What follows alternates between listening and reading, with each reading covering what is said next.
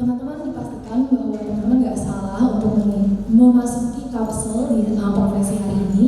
Jadi hari ini kita akan membahas tentang di kapsul bidang kewirausahaan. Jadi nanti ada kewirausahaan di kota dan juga di desa. Nah, untuk sesi yang pertama kita akan mendengarkan kapasitas kita bidang kewirausahaan kota yang akan disampaikan oleh Dr. Bagus. Namun sebelumnya aku akan bacakan profil dari Pak Bagus terlebih dahulu. Dr. Bagus Setiawan adalah seorang dokter umum lulusan Universitas Wijaya Kusuma Surabaya, berdomisili di Denpasar, Bali, dan Dr. Bagus aktif melayani di Perkantas sebagai Ketua BPC Bali, pembimbing Sibisco Bali, yang adalah komunitas bisnis alumni Perkantas, dan di GRII Denpasar sebagai PIC RD atau kelompok kecil. Sehari-hari, Pak Bagus juga banyak menghabiskan waktu mengelola dan mengembangkan perusahaan yang Tuhan percayakan kepadanya dan BIM di Salon Klinik Bali dan Villa Bodi.com. Aku persilakan kepada Pak Bagus untuk menyampaikan materi untuk kapasitas serta bidang kewirausahaan.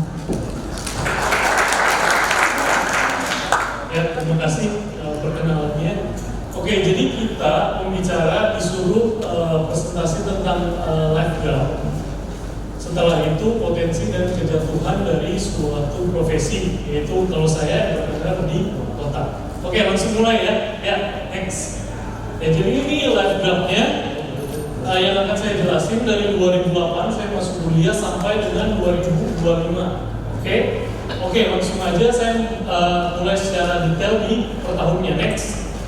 Di 2008 saya keterima kuliah di FK Wijaya Kusuma Surabaya. Kemudian saya bertobat di KTB, teman-teman. Jadi KTB saya menginjil saya menggunakan Evangelis Explosion. Terus saya langsung mengerti, oh ternyata ada Tuhan yang turun ke dunia, kemudian mencari saya dan mau mati bagi saya. Akhirnya saya bertobat di KTB. Kemudian dari situ saya mulai haus akan firman Tuhan. Saya haus akan mau melayani Tuhan juga. Jadinya saya mulai ikut komunitas yang namanya PMK. Waktu itu namanya PMK Medis dan juga saya join juga di gereja. Nah setelah itu saya mulai belajar serius karena saya waktu SMA itu nggak pernah belajar, nggak pernah diajarin juga sama mama, juga jarang disuruh lesin atau nggak pernah. Terus saya juga kepahitan juga dengan orang tua, saya kepahitan juga dengan anak kakak. Akhirnya saya benar-benar ketika terima Kristus, saya langsung menyelesaikan semuanya dalam diri saya dan ya udah saya serius mencari Tuhan. Kemudian, nah ini saya akan selalu share beberapa ayat yang dalam musim hidup saya itu menjadi kekuatan.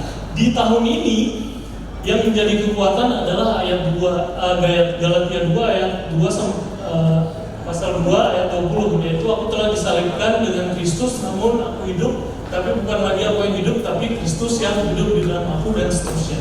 Intinya adalah bagaimana saya terdorong melihat Kristus yang sudah mati itu saya supaya keluar hidup untuk orang-orang yang di luar, sama seperti Kristus yang turun dari tahtanya keluar ke dunia dan hidup buat hidup bersama kita dan mati bagi kita. Jadi ini yang sampai sekarang mendorong saya untuk hidup bagi orang lain. Kemudian di ayat komunitas, ya, 1 Yohanes 1 ayat 3, apa yang telah kami dengar dan yang telah kami lihat kami beritakan kepada kamu juga supaya kamu beroleh persekutuan dengan kami. Dan persekutuan dengan kami adalah persekutuan dengan Bapa dan juga Anak Yesus Kristus. Nah ini gimana ketika saya setiap tahapan saya pergi keluar musim-musim, saya selalu cari yang namanya persekutuan karena ada Tuhan Yesus di sana. Jadi saya cari perkantas. Kalau saya pindah kota, saya cari perkantas di sana, saya cari gereja. Nah itu yang saya selalu lakukan tiap hari. Nah ini agak cepat ya, sorry teman-teman. Next, nah di 2010 ini penting. Saya dipilih jadi ketua PMK Medis waktu itu. Ini tim saya, kemudian ini sekjennya, dia staf medis waktu itu. Kemudian saya memimpin 2 kelompok KTB, ya. Kemudian terlibat di Perkantas sebagai perwakilan PMK dan mengikuti KNM sama seperti kalian di Kinasi di semester 4. Kenapa saya share ini? Karena saya melalui PMK ini, satu, saya belajar leadership. 2, saya belajar manajemen 3 saya belajar organisasi, 4 saya belajar gimana sih kita itu berkorban, dan 5 saya belajar itu generous. Jadi kan PMK biasa lah, misalnya kita cari dana dan segala macam kan, ya kita harus komit juga, keluar uangnya itu ya dari kantong kita juga kayak gitu. So itu yang saya pelajari, dan ini ya teman-teman yang membuat saya nanti ketika saya jadi entrepreneur itu semua aku ilmunya ternyata aku juga pelajari di Perkantas dan aku udah terapin nih kayak gitu. Nah teman-teman yang ketua PMK, mungkin kalau kalian jadi entrepreneur nanti sudah ada lah basis ilmunya. Jadi yang masih muda semester 4 mungkin ya disuruh jadi ketua PMK, langsung ambil aja, oke? Sip, next, ya. Ya, next ya, pasangan hidup. Jadi di 2011 saya terlibat di PMK Kota sebagai tim disertasi dan tim medis. Sedangkan saya juga mengikuti IARC Singapura, bertemu dengan calon istri. Nah ini yang saya udah tahu kan ya. Coba lihat kanan kiri. Nah itu ya, itu momen inilah teman-teman, kalian harus yang belum dapat pasangan hidup, lihatnya tuh di sini, carinya tuh di sini gitu ya. At least udah ke filter teman-teman ya. Ini penting, makanya aku share 3 hal filter yang penting. 1, dia itu percaya Allah Tritunggal. 2, dia itu mau bertumbuh ya, bertumbuh melalui firman. 3, dia harus cinta dan suka pelayanan. Oke, ya itu filter. Kalau sudah itu masuk, ya udah yang minor-minor ya dalam keluarga kita bisa adaptasi. Oke, next. Kemudian 2015 saya diminta tolong jadi ketua KNM, ya ketua KNM di Jambu waktu itu di Malang, gitu ya. Jadi setelah saya di 2015 itu selesai koas. Nah, yang saya mau share pas saya koas itu di Probolinggo ya. Sedangkan PMK saya kan di Surabaya. Itu saya setiap bulan saya ke Surabaya untuk KTB, jadi sekitar makan waktu 2 jaman. Saya naik bus, waktu itu nggak terlalu banyak uang, itu pakai bus yang nggak ada AC dan segala macam sama orang-orang yang lain. Ya udah, saya KTB. Nah saya KTB kenapa? Karena saya melihat anak-anak KTB saya itu rindu juga akan firman. Jadi saya selalu rindu untuk melayani mereka. Di sini saya belajar tentang bagaimana kita itu, oke, kita profesional, oke, kita belajar, tapi kita juga harus memberikan diri untuk pelayanan. Jadi harus ada sacrifice juga.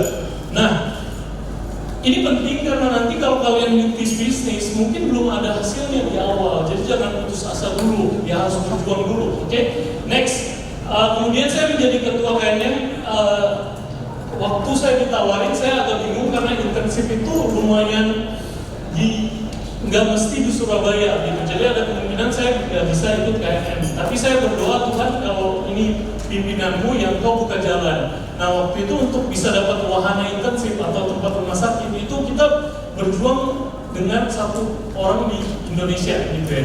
Jadi waktu itu pas hari pemilihannya kita login ke server, bayangin. Saya harus pakai 5 HP dan 2 laptop. Cepet-cepetan supaya masuk, dan puji Tuhan saya masuk dan dapat di RS di Surabaya. Jadi yang lain itu masih hang, ada yang minta tolong saya juga masukin namanya di RS di Surabaya. Jadi intinya seperti itu. Intinya adalah dalam setiap musim, dalam setiap tahapan kita hidup gitu ya.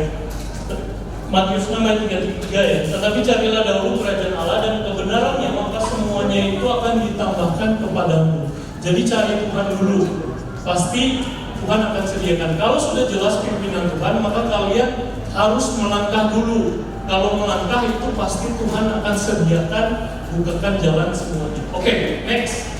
Nah ini, kayaknya 2016 itu temanya dipenuhi roh, bergerak bagi misinya. Nah, kita juga banyak bicara misi di camp ini, tapi di 2016 secara khusus kita banyak bicara soal misi lintas budaya, teman-teman.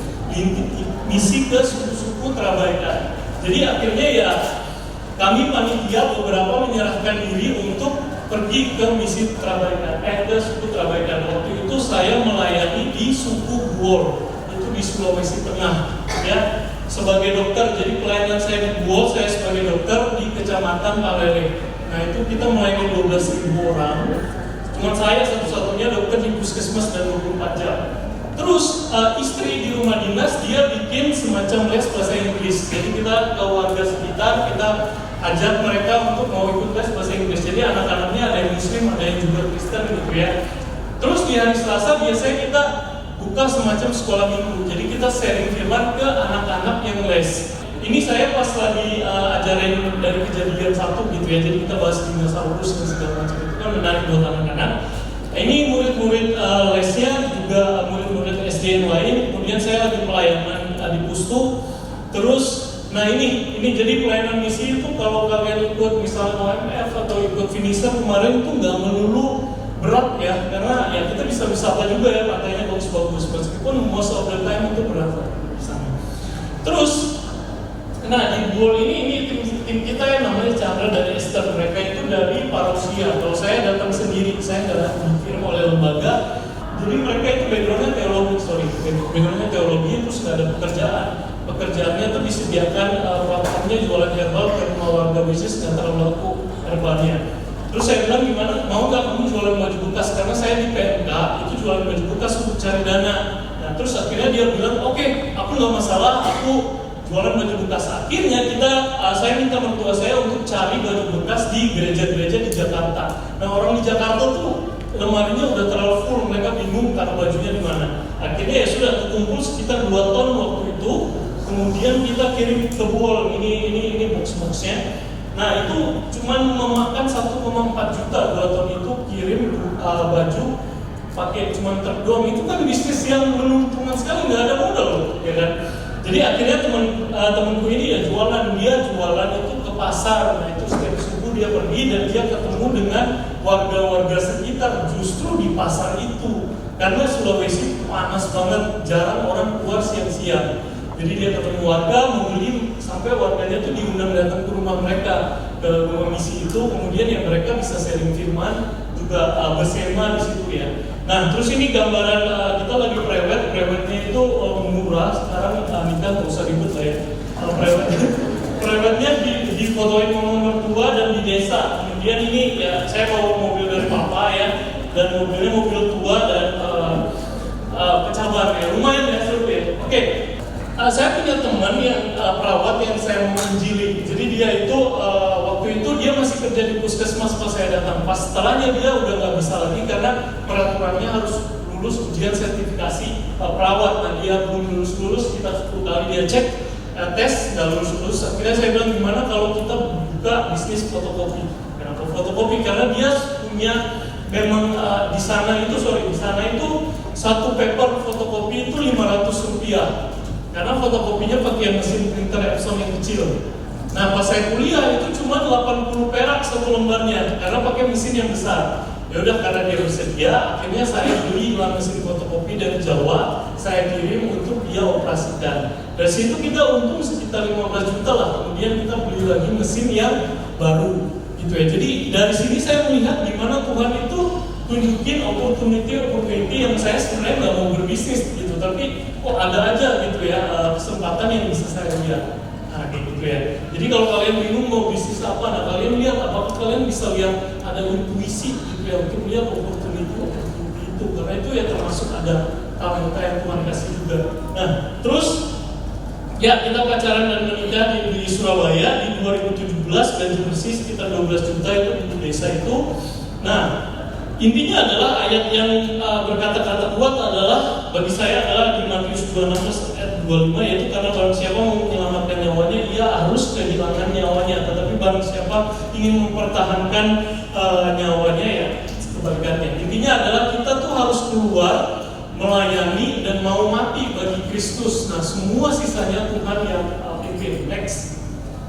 Oke, kemudian saya lanjut sekolah. Kenapa lanjut sekolah? Karena ya saya mau pelayanan dengan tim yang di Buol. Nah, jarak saya dari tim itu sekitar 3 jam. Jadi otomatis cuma bisa weekend ke sana dan sangat gak efektif. Akhirnya saya memutuskan untuk lanjut sekolah supaya bisa ditempatkan di rumah sakit di kota. Kemudian saya juga pengen ya gajinya yang tadi 12 bisa jadi 25 atau 30, itu cuma dokter spesialis di daerah itu, supaya bisa bantu-bantu pelayanan. Nah ini dia ini dia baru pulang jualan baju bekas. Lihat kita dapat dari 2 ton itu kita dapat 2 motor Supra dan sekitar 30-an juta cash. Itu bersih teman-teman.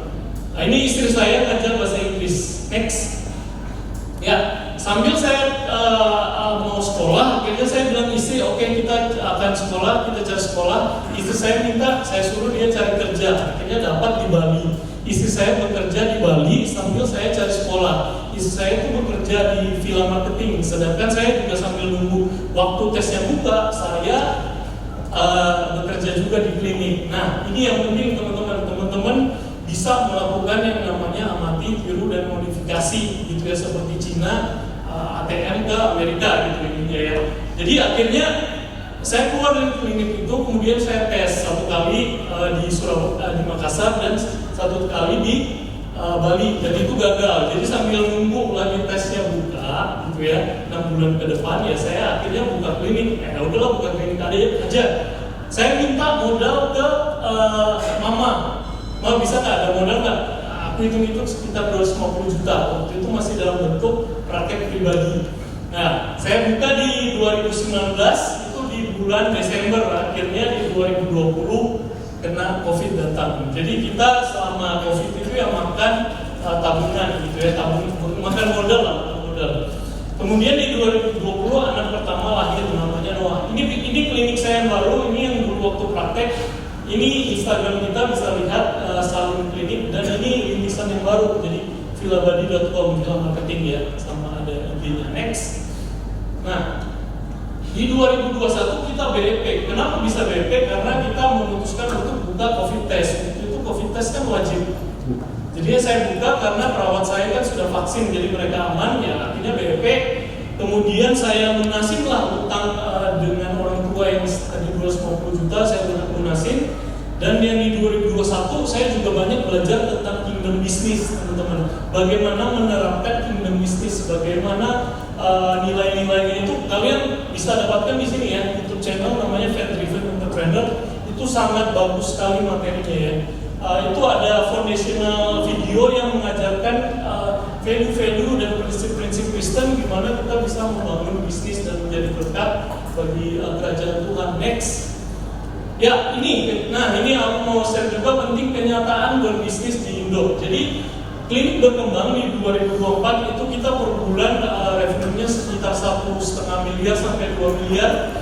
Kemudian kita memutuskan untuk melegalkan statusnya dari praktek pribadi menjadi klinik. Jadi kita pindah di Sunset Road. Itu lumayan jalan tengah yang lumayan besar, jalan utama wisata, Akhirnya waktu kita buka di 2024 Maret dan di 2024 Mei itu langsung didatangi polisi. Jadi padahal itu di 2023 itu udah selesai semua izin klinik udah selesai. Jadi polisi tiba-tiba datang gitu ya, nanya ke admin di sini ada izin apa aja gitu ya.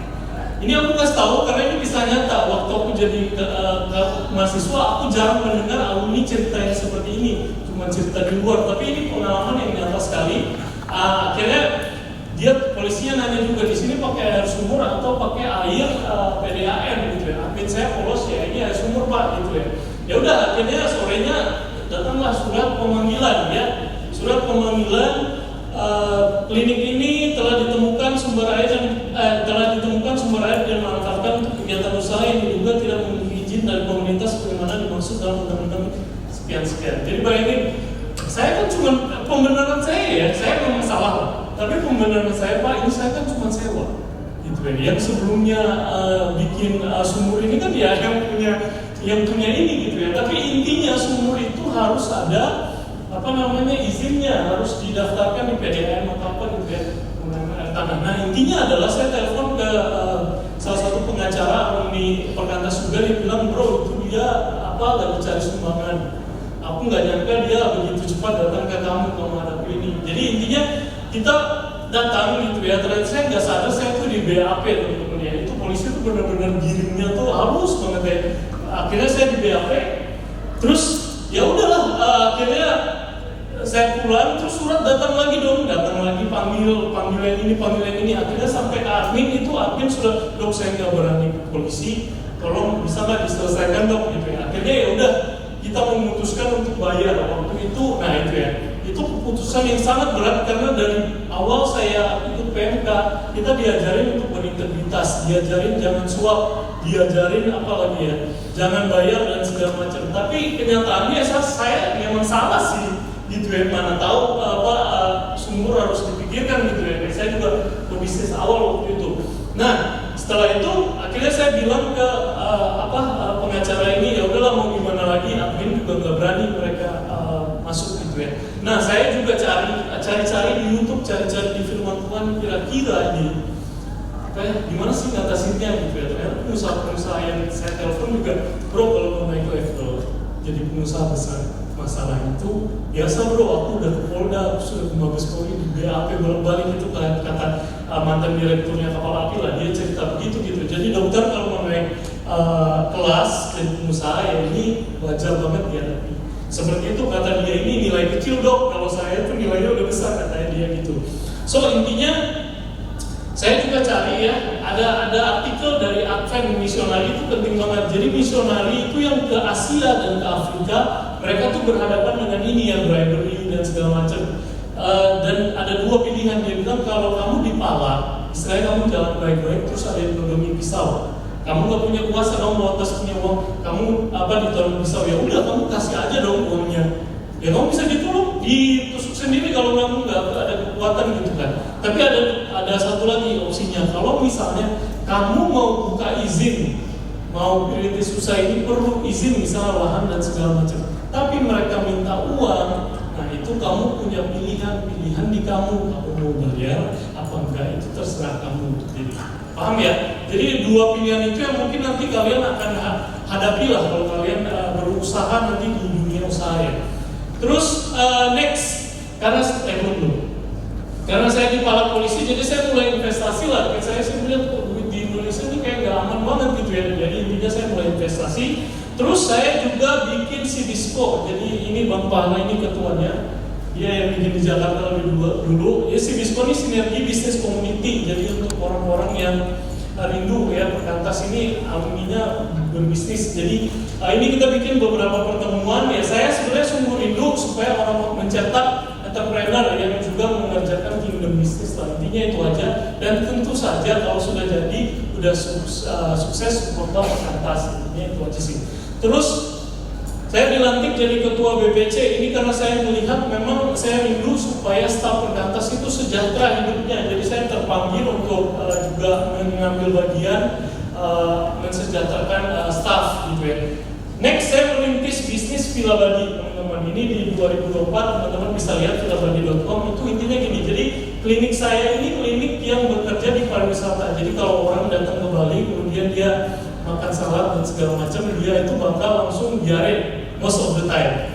Jadi kita langsung ke villa dan ke hotel mereka untuk nanganin mereka di villa dan hotel, gitu ya. Ya udah selesai, mereka nggak perlu ke rumah sakit karena kalau ke rumah sakit harus selalu pindah 5 hari, 3 hari. Itu kan mereka liburannya cuma 7 hari gitu kan. Jadi wasting their time. Kalau kita visit 1 hari bisa sembuh total gitu ya. So jadinya kenapa saya bikin rintis Villa Badi dan Villa Marketing? Karena kalau Villa Badi ini kayak booking.com atau Traveloka gitu ya, kalian bisa bayar kan, langsung bisa selesai kan. Tapi kalau Villa Badi ini beda, jadi kamu harus ketemu dulu sama kita, sama agent, ngomong, saya mau villa yang di depan pantai, saya mau yang 4 kamar, saya mau yang anak saya bisa ada permainannya. Nah itu oke, aku sediakan. Saya mau bikin acara ulang tahun di villa gitu ya. Itu kita semua yang atur. Jadi kliennya kita sudah pegang dari Australia, dari Prancis. Sebelum mereka datang kita udah siapin, kita bikinin, terus semua kita siapin sampai mereka selesai pulang, selesai pekerjaan kita. Kalau kliennya sakit, maka kliennya ke klinik gitu ya. Ke klinik saya dong yang satunya ya kan. Jadi itu saya coba bikin ekosistem teman-teman. Jadi uangnya itu mutarnya di situ-situ aja gitu ya. Intinya seperti itu. Jadi nanti kalau kalian bikin bisnis, bikinlah sejenis ekosistem ya, gitu ya. Intinya kayak gitu. Terus, next saya diminta untuk isi kapsel ya. Intinya gini teman-teman. Nah ini ayat penting juga bagi saya, Timotius 1 Timotius 4 ayat 12 yaitu jangan seorang menganggap engkau muda karena engkau muda. Janganlah seorang menganggap engkau muda karena engkau rendah karena engkau muda. Jadilah teladan bagi sesamamu dalam kasihmu, tindakan dan segala macam. Intinya kita yang muda sekarang, teman-teman ya. Karena kan kita diinjek gitu ya sama senior, tapi jangan teman-teman. Ayat ini bilang supaya kita harus berani. beraninya ada dasarnya gitu ya. Jangan berani karena kita ya berani aja sembarang, enggak. Tapi ya kamu berani karena kamu hidup di dalam firman gitu ya. Firman yang menjadi pimpinan hidupmu, akhirnya kamu bisa jadi teladan. Next. Nah, akhirnya saya mulai isi sesi di beberapa ini supaya untuk mendorong anak-anak muda bisa semangat lah. Jadinya kita mencetak ya senior-senior yang lain. Next. Nah, ini saya mau share tentang potensi entrepreneur kota ya. Jadi potensi sangat mirip dengan apa yang dikerjakan Tuhan di Kejadian 1 pasal 1 dan pasal 2 kita melihat bahwa Allah itu menciptakan.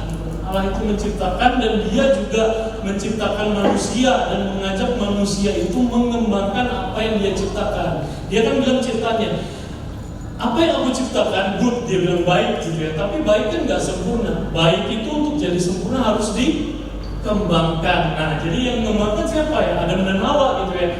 Nah, kita sebagai entrepreneur dipanggil untuk menciptakan apakah? Menciptakan produk, menciptakan jasa, menciptakan sistem supaya bisa dipakai untuk manusia dan manusia itu hidupnya bisa semakin baik. Itulah panggilan kita gitu ya. Sama seperti di Kejadian 1 ayat 2. Nah, terus di Matius 25 ayat 14 sampai 23 ini kalian bisa baca. Ya, dikatakan di sana kerajaan surga itu adalah seperti perumpamaan tentang Tuhan yang kasih talenta ke ada 5 talenta ke 1 orang, 2 talenta ke 1 orang, kemudian 1 talenta ke 1 orang. Kalian bisa lihat pemberian talenta itu apa namanya? Pemberian modal, ya kan? Terus modalnya yang 5 talenta melipat gandakannya 2 kali lipat jadi 10 talenta. Nah, itu kan berarti ada pelipat gandaan kan berarti ada pelipat gandaan ekonomi, ya kan? Nah, terus yang di 1 itu menarik. Tuhan Yesus bilang, daripada lu kubur, mending lu kan yang 1 dia kubur kan, dia nggak dapat gandakan kan. Daripada lu kubur, mending lu pinjamin ke orang biar lu tarik bunga. Nah, tarik bunga kan berarti ekonomi. Nah, itu namanya ya seumpama bisnis gitu ya.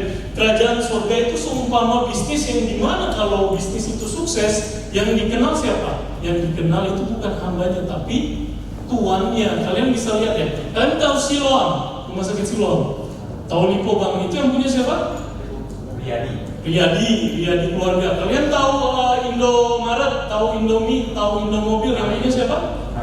Salim itu kan. Nah, sekarang kalau kalian jadi orang yang begitu luar biasa dalam bisnis, terus Pak ini yang punya bisnis itu siapa? Yang punya Tuhan Yesus. Wah, itu kan langsung semua misalnya Salim, Pak ini bisnisnya banyak banget. Iya, yang punya Tuhan Yesus bukan saya. Nah, kayak gitu kan berarti kan yang dimuliakan siapa? Tuhan Yesus ya kan. Itulah kerajaan Tuhan, teman-teman ya. Terus sangat mirip dengan apa yang dikerjakan Tuhan. Next, sangat bisa support pelayanan dari dana, diri dan doa. Jadi ini teman-teman bisa lihat ya, ini kondisi Rupert Perkantas Bali 2024, kehujanan, bocor dan segala macam retak dan juga merembes.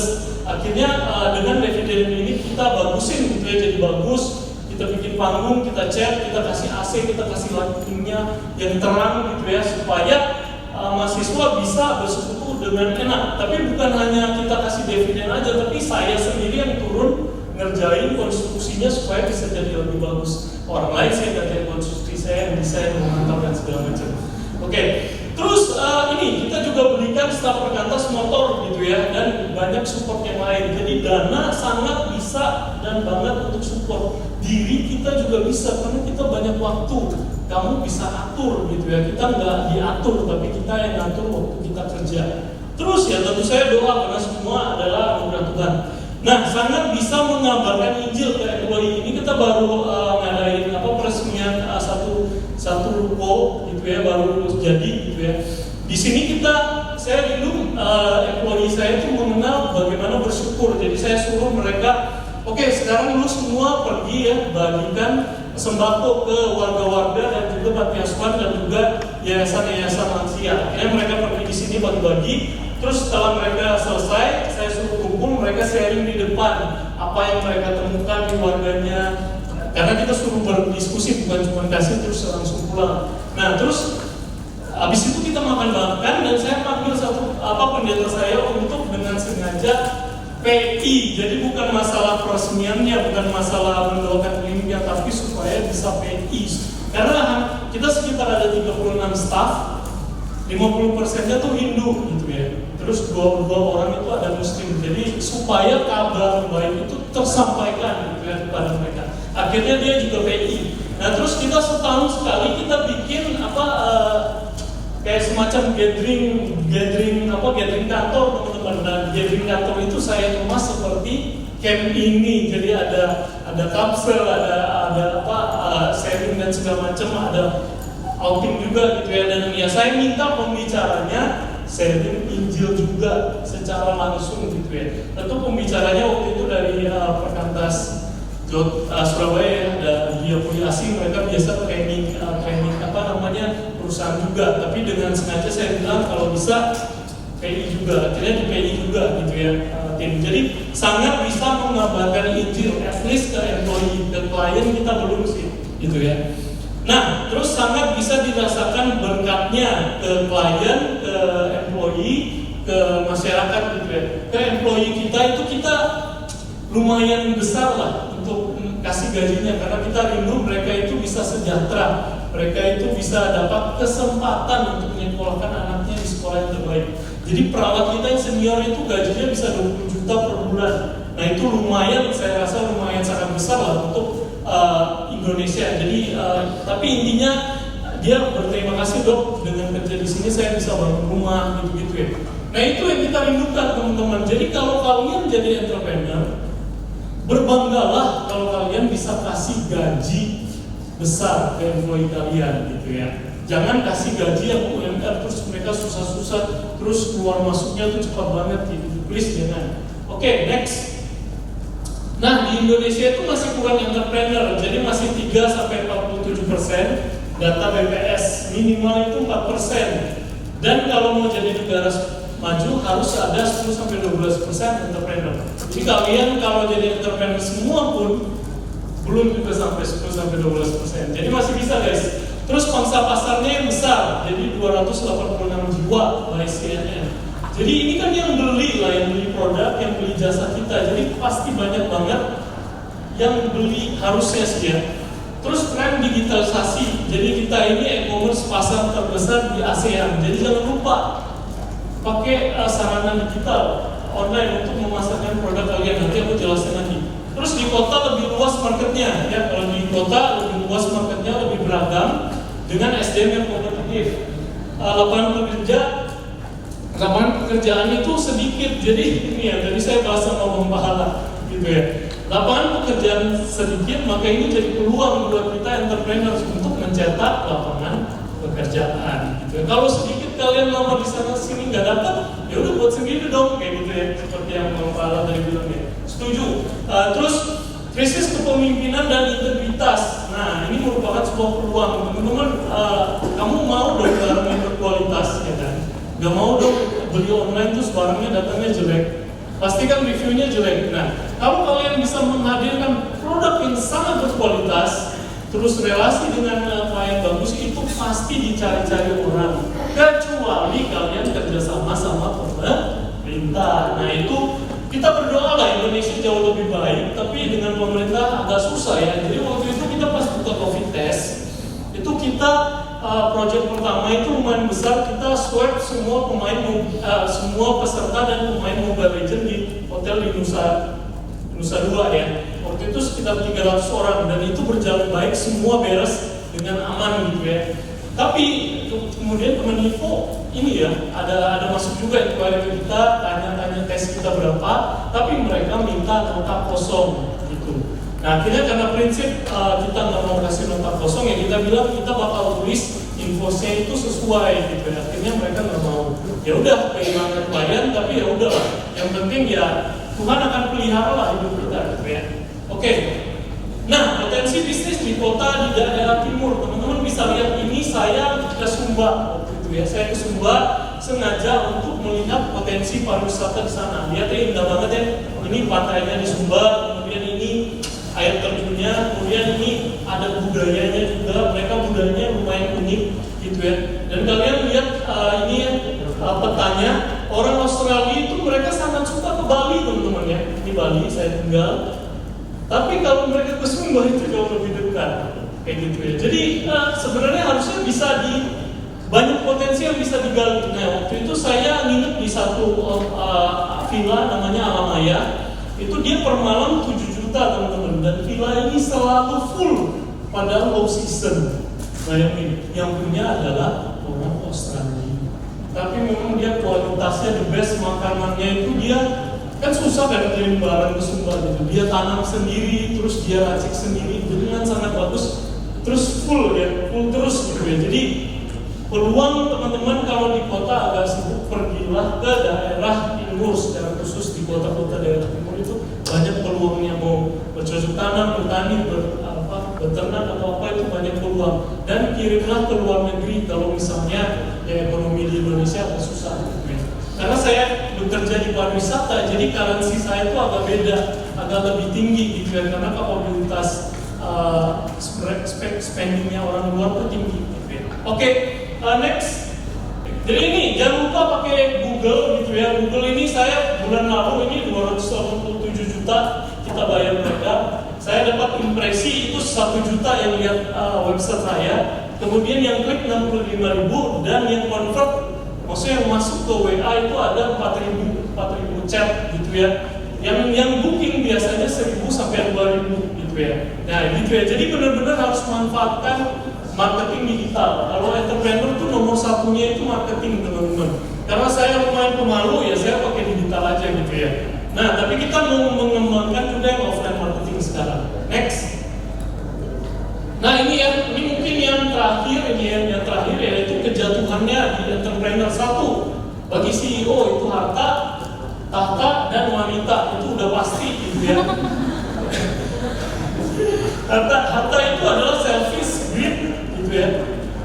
Love money, use people. Jadi kita mencintai uang, ya untuk dapat uang kita gunakan manusia. Nah gitu, makanya keluarlah budak korporat lah dan segala macam gitu ya. Oke, untung banget nih perusahaanku kok gua gajinya kecil. Nah kayak gitu itu kan karena orangnya love money, use people, atasannya gitu ya. Terus tahta gitu ya, power, influence, control. Jadi power ini kita pengen punya nama, kita pengen terkenal gitu ya, kita pengen orang mengenal kita influence, dan kita pengen juga kontrol. Nah ini bahaya teman-teman. Sometimes kita tuh harus lepas kontrol, harus lost the control, biarlah Tuhan yang kontrol. Kadang itu jauh lebih bagus daripada kita memaksakan ide kita yang kita tahu ini kayaknya Tuhan gak agree. Terus wanita, ya Bill Gates ya cerai ya, Jeff Bezos baru nikah dengan istri keduanya. Terus Elon Musk dia cerai semua. Bukan cerai, dia bahkan gak nikah gitu ya, istrinya banyak. Nah semua ini asalnya dari rasa tidak aman, insecure. Satu yang seperti yang aku share di slide pertama, identitas kita itu di dalam Kristus teman-teman. Kita nggak perlu harta, kita nggak perlu tahta, kita nggak perlu wanita, kita hanya perlu Kristus. Kristus itu cukup. Jadi kalau kalian aku mau terjun ke entrepreneur, tapi sampai kapan ya? Mau sampai kapan batasan kalau aku itu nggak mencintai Tuhan? Sampai ketika satu saat Tuhan ambil semua hartamu, apakah kamu tetap mencintai Dia? Nah itu identitasmu. Kalau masih tetap, berarti identitasmu itu di dalam Kristus. Jadi please 3 ini, dan kalau misalnya ada yang nikah dengan entrepreneur, please yang wanita tadi ya, hati-hati. Terus ownership, jadi ownership itu semua tentang kita. Ini hasil usahaku, ini otomatis persembahannya terserah aku, duit aja. Please jangan, karena semua ini adalah milik Tuhan. Kita hanya steward, penata layan. Jadi kalau Tuhan minta persembahan, gereja minta persembahan, perkantas kasih persembahan, kasihlah kayak gitu ya, please. Terus dualisme Kristiani, nah ini. Ya udah bisnis aja lah, cari uang aja lah, bayar aja lah, kayak itu kan aturannya udah jelas. Please jangan teman-teman, apa yang kalian dapat di gereja, apa yang kalian dapat di camp, atau kalian dapat di hari-hari Sabtu itu tolong terapkan di bisnis kalian juga. Nah isu lingkungan dan kesehatan, misal bikin roti, terus kita bikinnya supaya lebih lama, tahan lama, itu hati-hati. Kalau misalnya kita tahu pakai pengawet dan yang nggak bagus buat kesehatan, itu hati-hati. Yang penting ya untung banyak, nah itu harus diperhitungkan juga. Terus neglecting sabat, nah ini bahaya banget nih, banyak orang itu jatuh karena melupakan hari Sabat. Jadi janganlah workaholic, sediakanlah hari Minggu untuk beribadah, kecuali untuk bisnis-bisnis yang penting seperti rumah sakit, itu kan mau nggak mau gitu ya, kamu harus buka di hari Minggu kan. Terus lack of excellency, nah ini kita Indonesia jarang banget nih excellency nih. Ada saya bikin tukang itu bikin konstruksi, aduh maksudnya udah selesai tapi nggak dibersihin gitu ya, coklat banyak sidik jari kayak gitu ya. Please dong, orang Indonesia tuh harus bersih dah, harus kasih yang terbaik. Jadi kalian kalau entrepreneur kasihlah yang terbaik. Kemudian iklim bisnis di Indonesia itu masih kurang menunjang untuk entrepreneur. Satu, kepastian hukum, ya MK ya, bisa dibeli, hukumnya diubah-ubah, gampang. Kemudian sistem pajak kita itu semua dipajakin, nggak ada insentif teman-teman. Kalau di luar negeri itu ada insentif pajak ya, apalagi Singapura. Dan di sini aduh, kalau bisa negara lagi butuh uang ya. Kemudian preman berdasi, tadi yang polisi, TNI, aduh ini hati-hati banget. Kalau di luar mungkin ada ormas, preman atau dinas-dinas lain. Terus ini lebih mementingkan koneksi daripada meritokrasi. Yang penting dia nih temannya sepupuku, nah ya udah dia aja yang dikasih proyeknya. Padahal kita tahu dia nggak terlalu bagus banget produknya. So itu aja yang dari aku next. Thank you. Kalau mau tanya dan konsultasi, waktu sangat terbatas. Kita catat nomor teleponku. Ya, terima kasih. Untuk sesi yang kedua, kita akan masuk ke pembahasan mengenai kapasitas serta untuk bidang kewirausahaan di desa yang akan nanti dibahas oleh Pak Pahala Simanjuntak. Berikut aku akan bacakan terlebih dahulu untuk biografi, untuk profil beliau. Pak Pahala Simanjuntak adalah seorang social entrepreneur yang telah lebih dari 20 tahun berkarya di dunia agribisnis dan pemberdayaan desa. Ia mendirikan beberapa perusahaan seperti PT Triberkat Agro dan PT Bakti Sentral Agro yang fokus pada produksi dan distribusi sarana pertanian serta pengembangan tentang industri lokal. Selain itu, ia menjabat sebagai Ketua Nasional Sibisco, komunitas bisnis yang mendorong pengusaha Kristen untuk berintegritas dan berdampak positif. Lewat berbagai inisiatifnya, Pak Pahala terus mendorong tumbuhnya kewirausahaan di pedesaan yang berkelanjutan dan memberdayakan. Saat ini ia juga melayani sebagai penatua di GKI Sutopo Tangerang. Pada Pak Pahala, kami persilakan. Saya dalam presentasi ini juga nanti menyediakan beberapa bingkisan. Ini di desa mana foto ini? Ada yang berani jawab? Saya kasih produk original produksi kami, benih hibrida, ya, cabai. Jadi siapa tahu mau nanam cabai, harga cabai lebih mahal, kalian bisa nanam sendiri, gitu. Siapa? Di Dieng Pak Wonosobo. Masih salah? Salah? Ya. Ya. Ini sangat viral di media sosial, sebuah desa yang disebut dengan Nepal Panjava. Ada yang tahu desanya ada di mana? Nepal Panjava itu ada di mana? Ini kalian cari tahu Nepal Panjava itu ada di mana. Dia ada namanya Desa Temanggung, ya, di Kabupaten Magelang.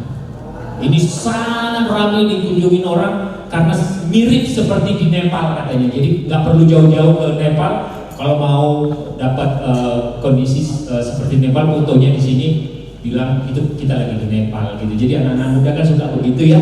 Jadi ini ribuan orang datang ke desa ini untuk sekedar foto di tempat ini. Itulah entrepreneurship orang-orang desa. Hebat ya.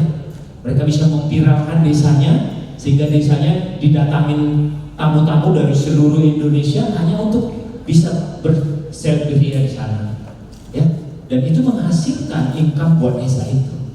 Banyak desa-desa di Indonesia yang bergerak, ya, kreatif di Jogja, khususnya di Jogja ya. Wah, itu luar biasa, ya, banyak sekali itu. Di sekitar sini juga, saya kemarin baru dari Sentul, ada satu desa itu ada ya air terjun kecil sebenarnya itu, Sentul masuk ke dalam itu rame banget setiap. Dan itu beribu-ribu orang datang sekarang ke desa. Bagi orang kota udah terlalu banyak stresnya gitu ya, head hektik banget itu. Hari Sabtu itu kalau bisa udah di desa nyemplung ke kali, ke lumpur, ke sungai. Dulu ya anak orang kota, dulu saya masih ingat kalau datang hujan, ya kalau orang kota kan kalau datang hujan anaknya disuruh masuk ke rumah. Ayo masuk ke rumah gitu. Saya dulu kalau datang hujan, pinginnya lari ke rumah, guling-guling di pasir, ya kan? Menikmati air yang kotor begitu kan kita nggak peduli gitu kan. Ya, dan sekarang orang kota ingin seperti itu lagi karena udah bosan guling-guling di lumpur sana di sawah gitu ya. Itu perhatikan need-nya orang gitu ya, kebutuhannya. Next, saya mulai dengan Efesus 2 ayat 10 ini. Karena kita ini buatan Allah diciptakan dalam Kristus Yesus untuk melakukan pekerjaan baik yang dipersiapkan Allah sebelumnya. Ia mau supaya kita hidup di dalam. Ini menguatkan saya. Ketika saya akhirnya memilih jurusan yang saya ambil yaitu pertanian, ya, karena saya punya kesukaan di dalam biologi yang sangat kuat. Saya nggak ngambil teknik. Orang Batak itu jarang masuk ke pertanian. Orang Batak itu taunya teknik hukum. Dua itu aja. Begitu saya masuk ke pertanian, jurusan apa itu? Bahkan saya pernah sebelum diterima di Brawijaya, saya bekerja di Jakarta ini jadi sales. Begitu saya mengundurkan diri, Pak, saya mau mengundurkan diri, Pak. Kenapa, Pak? Saya keterima, Pak, di Brawijaya. Pak, proses apa? Pertanian. Apa makan kau dari pertanian? Katanya gitu. Makan kau dari pertanian katanya. Ya, jadi karena saya kuat di biologi, Tuhan menitipkan kesukaan belajar biologi buat saya. Mati-matian saya bisa belajar biologi ya. Pertanian salah satu jurusan yang saya pilih. Saya nggak masuk ke teknik. Gitu. Jadi dipersiapkan Allah sejak semula. Ya, next sedikit saja. Jadi kata ini adalah bukan hanya bicara diciptakan. Tadi itu bukan hanya dari yang tidak ada menjadi ada, tetapi ini ketika kita bertemu Kristus tadi itu diciptakan ulang lagi, Pak. Kita diciptakan ulang. Pikiran kita dirubah lagi, mindset kita dirubah. Untuk siapa kita bekerja? Untuk siapa? Nanti teman-teman masuk ke desa-desa, kira-kira begitu. Next, saya ini aja nanti di meja. Saya mau ketika kita menerima Kristus dan sekarang tiba di Kudus, kita harus sadar bahwa kita sedang mengerjakan misinya siapa. Kita melangkah sedang mengerjakan misinya siapa.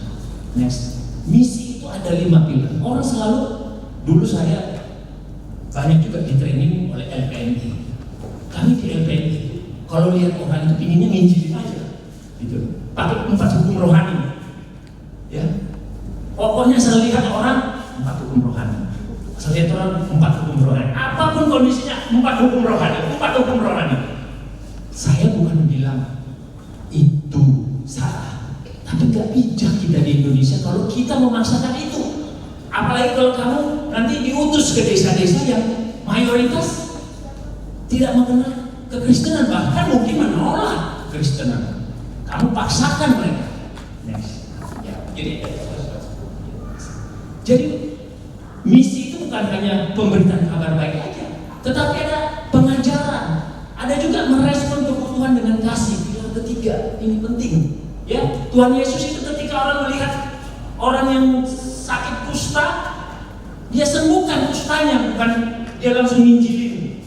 Bertobatlah, terimalah kerajaan Allah. Nah, kamu mau apa? Kamu sembuh. Dia pegang, dia sembuhkan. Ketika dia melihat kelaparan, 5.000 orang ada begitu banyak kelaparan. Setelah mendengarkan khotbah, Tuhan suruh apa murid-muridnya? Kasih makan. Jadi mengasih makan orang itu bagian dari kita memberitakan kabar baik, ya. Dan bagian mengubah struktur ketidakadilan itu juga kita perjuangkan di desa-desa. Banyak sekali ketidakadilan. Nanti kalian akan melihat memelihara kebutuhan ciptaan juga itu bagian dari misi, ya. Itu bagian dari misi. teman-teman, ketika kalian bergabung di dalam pemeliharaan ciptaan, ikut membuang sampah Perkantas Padang. Sana saya lama di Perkantas Padang, ini ada Bang Roni dari Perkantas Padang, dulu masih mahasiswa, saya udah jadi BPP dulu di Perkantas Padang, dia masih mahasiswa dan itu mereka bikin program membersihkan pantai Padang dari segala sampah. Ya karena Tuhan peduli terhadap kelanjutan ciptaan ini. Kalau enggak, ini bisa hancur bumi ini. Next. Setelah mendapatkan pembekalan mahasiswa, tiba-tiba saya diutus ke Sumatera Barat. Masih muda, waduh, 99,99% muslim. Takut.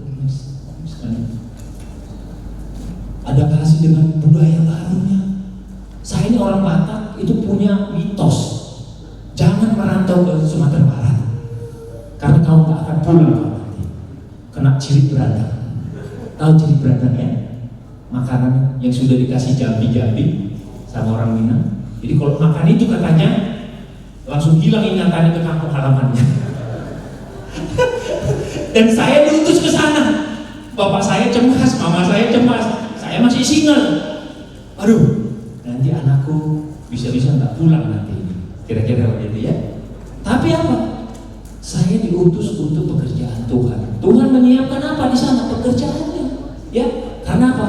Pelayanan Perkantas dalam perintisan saat itu di sana. Tahun 2004 saya jadi ketua Perkantas Badan Pengurus Perwakilan pertama di Padang. Dan saya yang didaftarkan namanya ke Departemen Agama. Teman-teman, saya takut, masih muda. Kalau ada apa-apa dalam di Perkantas Padang itu yang dipanggil bukan stafnya, teman-teman. Yang didaftarkan di Departemen Agama itu siapa? Namanya, boardnya namanya, boardnya. Ya, nama saya lain, ketuanya saya, pasti saya yang dipanggil duluan. Tapi puji Tuhan sampai hari ini Perkantas Padang sudah hadir, bahkan sudah menjadi badan pengurus cabang sekarang. Ya, itu. Saya ditempatkan oleh perusahaan yang rugi nempatin orang di Sumatera Barat, perusahaan saya. Jadi saya terbatas sekali, dikasih cuma gaji top tahun 2000. Ya, dikasih tahun 2000. Jadi air mata begitu banyak. Saya naik mobil angkutan kota antar desanya mereka. Jadi saya masih ingat ketika naik mobil itu, saya traveling seluruh Sumatera Barat. Ini dari saya tinggal di Solo, kalau ke sini namanya Tanah Datar, Kabupaten Tanah Datar itu yang ada Istana Pak Garuyungnya itu, teman-teman. Pak Garuyung itu di situ. Saya naik mobil angkutan itu. Setiap saya ke sana, begitu sampai nama desanya Ombilin, akan masuk pedagang ikan ke dalam mobil itu sebanyak-banyaknya gitu. Jadi ketika sampai di Tanah Datar, saya udah bawa ikan di badan saya semua ini. Karena ibu-ibu yang jualan ikan bilih namanya itu akan nggak bersama kita. Yang nggak kuat itu kaki saya, kan saya ini tinggi besar gitu. Ya, kalau mobil di desa-desa itu kalau bisa sebanyak mungkin orang dimasukkan ke dalam itu, jadi kakinya harus duduknya kakinya begini ke atas, begini sempit, saking sempitnya gitu. Itu pengalaman itu. Tetapi saya kerjakan itu dengan sungguh-sungguh sebagai profesional. Saya sebagai profesional saat itu saya mengerjakan itu dan buahnya terlihat. Ya, tadi saya katakan Padang, Sumatera Barat, Padang oleh perusahaan saya itu jadi dulunya air mata buat perusahaan saya. Ya, setiap diutus orang ke sana dipecat, setiap diutus dipecat. Yang ketiga namanya Pahala Simonja, diutus dibiarin aja hidup. Nanti coba keluar juga itu anak itu gitu. Begitu dilihat lagi, oh masih hidup dia, ya kan?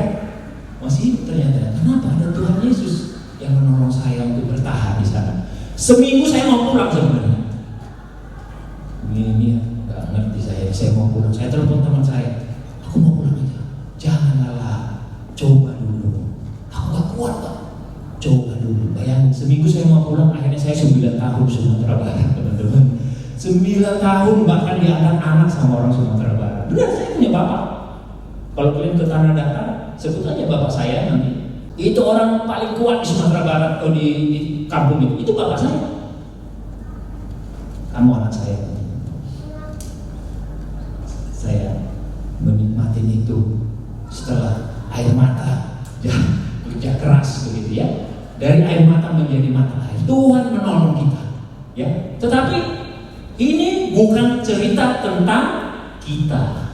Ini cerita tentang dia. Dia sedang mempersiapkan saya. Next. Setelah itu saya dipindah lagi ke Jakarta. Next. Ya, untuk tugas yang lebih besar. Saya masuk Jakarta tahun 2009. Tapi ngurusin Kalimantan di perusahaan saya. Yang kedua, saya membangun divisi baru. Saya udah enak-enak masuk di retail, tiba-tiba saya dipindah ngurusin B2B di Jakarta. Ketemu sama perusahaan-perusahaan kelapa sawit, perusahaan-perusahaan yang bergerak di bidang kopi, perusahaan yang bergerak di bidang kakao, semua. Itu saya sudah enak di Sumatera Barat, comfort zone, ya masuk dengan fasilitas ya dari tadi mulai dari dibiarkan sampai jadi rising star kalau di perusahaan begitu ya. Satu-satunya yang karirnya cepat sekali, fasilitasnya cepat sekali dinaikkan sama Tuhan, tapi sampai situ stop, pindah. Baru mau nikmatin santainya. Mobil saya dulu harga 400 juta di sana. Bang Roni masih ingat mungkin mobil saya itu 400 juta 3000 cc ya, laki-laki ya. Senangnya kan mobil itu pasti senang lah. Kalau di jalanan itu nggak ada yang nggak bisa, ya kadang-kadang agak anak muda gitu. Asal dipotong orang, siapa tadi? Hajar, sah, gitu. 3000 cc, udah, itu ya. Suruh pindah, nggak jelas di Jakarta, divisi baru, nggak ada fasilitas lagi, ya kan? Divisi baru, ya perusahaan from zero to hero. Perbaiki. Kalimantan nggak ada customer, di sini nggak ada customer dulu. Saya temukan di sini ada satu, di sini ada berapa, di sini temukan. Saya ketemu juga customer sampai saya satu hari mau keluar sudah merasakan di panggilan Tuhan. Ini akan berubah lagi, ya nanti ini saya ketemu satu customer yang sangat besar dengan order terbesar sepanjang sejarah perusahaan saya. 1 bulan kemudian saya keluar. Karena apa? Panggilan Tuhan lagi. Ya, saya next. Ya, ini tantangannya ikut arus dunia. Customer adalah raja. Ya, kita harus berani ini berkata tidak terhadap keinginan customer yang melanggar firman Tuhan. Dulu awal-awal saya sini biasa saya entertain customer karena saya orang sales. Ya. Begitu saya diajak ke diskotik, ini saya pengalaman dulu. Ajak diskotik, tenang aja pahala, uang udah bawa uang segepok, bapak tinggal pilih. Ini customer saya yang ngajak saya, gemetaran langsung, Pak, bapak aja ya, saya di luar aja. Oke, teman-teman. Nggak semua keinginan customer harus kita ikuti. Kita harus berani bilang, enggak. Setelah itu nggak pernah diajak lagi, teman-teman ya. Setelah itu nggak berani lagi ngajak saya, ya. Kita harus berani bilang enggak, ya. Tekanan itu menyenangkan atasan juga, ya. Itu next. Saya cepat aja ya. Ini buku ini yang membuat saya berubah pikiran. Buku ini bukan buku rohani. Ya teman-teman pebisnis ini harus belajar baca buku ini, Good to Great. Ya, ini buku bagus banget. Tetapi intinya gini, bahwa prinsip-prinsip saya merasakan firman Allah, makanya dalam tanda kutip saya bilang firman Allah sebenarnya. Misalnya servant leadership itu sebenarnya angsa, ya kan? Rendah hati tapi profesional, kira-kira begitulah. Itu salah satu penentu keberhasilan sebuah usaha yang dibangun. Bukan CEO yang flamboyan yang membuat satu usaha itu akan berkembang dan berkelanjutan. Ini bicara berkelanjutan. Ini penelitian dari Jim Collins ini begitu. Jadi saya merasakan ini prinsip firman Tuhan. Kalau saya punya perusahaan seperti ini, bagus banget ini gitu kira-kira ya. Ya, aku mau jadi pengusaha aja lah. Itu terbakarlah semangat saya untuk jadi pengusaha. Saya sudah berada di perusahaan 12 tahun, tetapi akhirnya saya pensiun dini, saya membangun perusahaan. Next, ya, PT Triberkat Agro. Apa yang kami lakukan? Next, menjadi salah satu distributor perusahaan dari Perancis, salah satu distributor. Next, tumbuh berkembang ke bidang bisnis yang lain. Kami mendistribusikan pupuk dari MPK, namanya ya internasional, dari Norwegia, dan kita produksi kentang, namanya Kalbe Wings, ya, kentang segar Kalbe Wings. Pertanyaannya, apa nama produk Kalbe Wings yang teman-teman tahu? Kentangnya, ada yang tahu? Kalbe Wings pasti sudah pernah kalian makan, tapi kalian nggak tahu rasa. Ayo, ada yang tahu?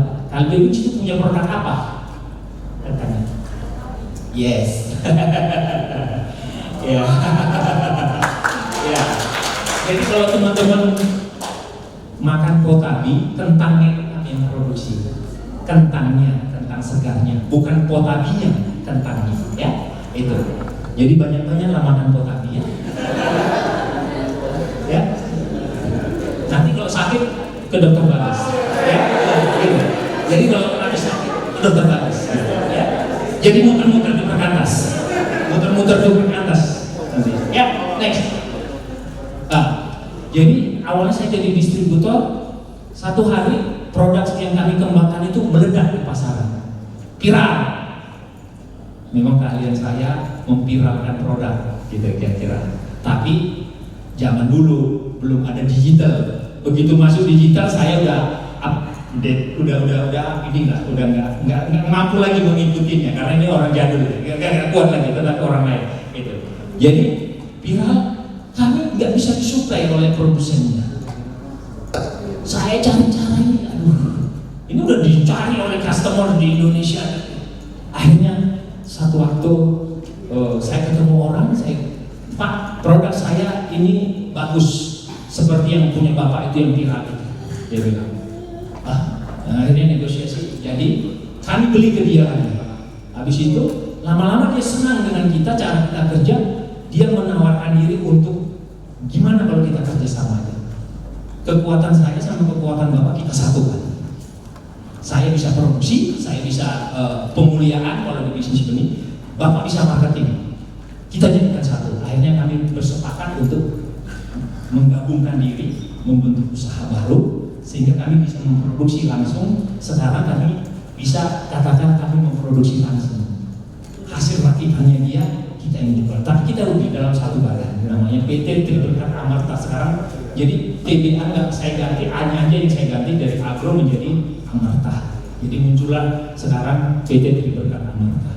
Kami sudah memproduksi langsung sekarang. Dan ini kita produksi di Garut, produksinya untuk kalau kita bilang kebun produksi, ya, kebun produksi. Next. Setelah itu saya gelisah dengan data-data yang saya baca. 135 miliar US dollar import kita setiap tahun 2011. Salah satu yang itu adalah vegetable product, kurang lebih 8 miliar US dollar vegetable product. Ya, saya gelisah. Apa yang bisa saya lakukan? Itu tadi, ya. Next. Saya punya basis petani karena saya jualan benih. Saya punya basis petani, tapi apa yang bisa saya lakukan untuk mengurangi impor pangan ini? Salah satunya adalah kentang yang diimpor. Ya itu tadi, ketemunya dengan Kalbe Wings itu begitu. Ya. Akhirnya saya memberanikan diri yang kecil ini ngomong sama namanya Pak Predikatuari, yang ketik namanya Predikatuari. Siapa dia? Pemilik dan ownernya Wings Food. Ini Gereji Surabaya. Karena bagus dari Surabaya pasti kenal Predikatuari. Ini Gereji ngomong, Pak, nggak usah lagi impor kentangnya. Kami sanggup produksi asal Bapak backup, kan gitu. Meeting pertama udah yakin dia. Enggak ini bisa produksi kentang di Indonesia ini. Dia impor dari India saat ini kentangnya. ngomong kedua, ngomong ketiga, sampai 1 tahun meyakinkan mereka. Akhirnya mereka, oke Pak, kita coba, kita produksi di Indonesia. Kami akan backup Bapak, kami impor benihnya dari Skotlandia. Mereka lakukan impor, akhirnya apa? Kami tanam, ini petani kita, dan akhirnya membanggakan ini kita setor ke pabrik mereka di Karawang. Lihat, ini truknya, ini dari Indonesia, yang di belakang ini kentang dari India lagi masuk juga saat ini. Jadi kita bersaing dengan kentang India. Ya, memang nggak efisien kami beli dari Bapak karena mahal. Iyalah, ini kan masyarakat kecil yang produksi, luasannya sedikit. Ya, India sekali tanam mungkin 20 hektar, 50 hektar, mekanisasi. Petani kita mana ada cari yang 1 hektar pun susah. Nggak ada mekanisasi di Indonesia. Tapi lebih aman kalau kami produksi di Indonesia. 6 bulan lalu ketemu presiden direkturnya KLB Wings, Pak Pahala, gimana caranya biar Bapak bisa tumbuh 200% per tahun? 200% Pak, gimana maksudnya Pak? Kami mau stop impornya dari India, tapi asal bisa Bapak produksi semua. Mana caranya ya? Gimana caranya ya? Karena ekspansi pun butuh modal, kan begitu ya? Dan butuh petani, plasma lagi. Kami sudah bekerja, next ya, 300 petani saat ini ya, kalau Bibi nggak kelihatan ya. Oh ya, 300 kakak, berarti kurang lebih ada 1.200 petani, keluarga petani yang terlibat di dalam proses menghasilkan kentang ini. Dan dia bilang, kalau ini semua bahan baku nggak ada diimpor, kurang lebih hampir 3.000-an kakak yang dibutuhkan agar bisa memenuhi seluruh itu tahun ini. Tapi kan pasar mereka berkembang terus, ya. Gitu. Next. Tapi krisis terjadi, semuanya terlingkungan dengan krisis toh, ya kan? Disitulah Tuhan menguji sebenarnya yang punya bisnismu kau atau Tuhan. Ya, di situ saya belajar dari Ron Blue. Ini salah satu tema-tema dia yang begitu menguatkan saya bahwa ini milik Tuhan, bukan tentang kau. Kadang-kadang kita awalnya iya ini milik Tuhan, tapi lama-lama merasa memiliki, ya kan? Kalau duitnya udah gede, itu susah ngelepasinnya lagi teman-teman. Waktu kecil mungkin gampang ngasih perpuluhan ya ke gereja, kalau gajinya 7 juta perpuluhannya 700.000 gampang gitu ya. Kalau gajinya 70 juta perpuluhannya udah 7 juta, udah mulai ragu-ragu, ini beli handphone baru enak kali nih, baru keluar, ya kan? Oke, siapa pemiliknya? Itu ajar, diteguhkan lagi dan survive menghadapi badai COVID 2020. Next, ya. Setelah itu diberkati untuk menjadi berkat, ditunjuk jadi direktur operasional Toba Nolina Bulun. Apa ini kerjanya? Ini shop agak pindah kuadran saya dari ini. Karena apa? Ini untuk kampung halaman saya. Jadi kalau teman-teman nanti ke Bandara Silangit ada toko namanya Toba Nolina Bulun. Nah, itu saya mengoperasionalkannya dari Jakarta, mengaturnya agar ini agar apa? Agar UMKM di sekitaran Danau Toba tidak kalah bersaing. Karena mereka punya tempat untuk menjajakan produknya. Jangan seperti Bali. Bali itu dikuasai oleh orang asing semua, bisnis-bisnis utamanya. Akhirnya masyarakat lokalnya tersingkirkan. Saya nggak mau masyarakat kampung saya akhirnya seperti di Bali nanti, tersingkir mereka dari itu. Kita bangunlah usaha ini, salah satunya toko oleh-oleh. Sehingga di sini ada, kalau teman-teman suka makan apa saja oleh-oleh khas Batak, ya memang nggak banyak gitu. Tapi ini saya dorong mereka untuk lebih kreatif lagi. Kita mau, saya udah 8 tahun mengerjain ini, diberkati untuk menjadi berkat. Next. Nih ya, kalau teman-teman ke Medan bawa bolu-bolunya merek apa? Ya, sekarang jangan lagi ada namanya bolu tona. Karena tonan yang opung-opung kita kan beli dari kawasan Danau Toba aja gitu kira-kira. Saya launching bolu tona, ya kan? Ya, tona yang opung tak, belilah bolu tona ya.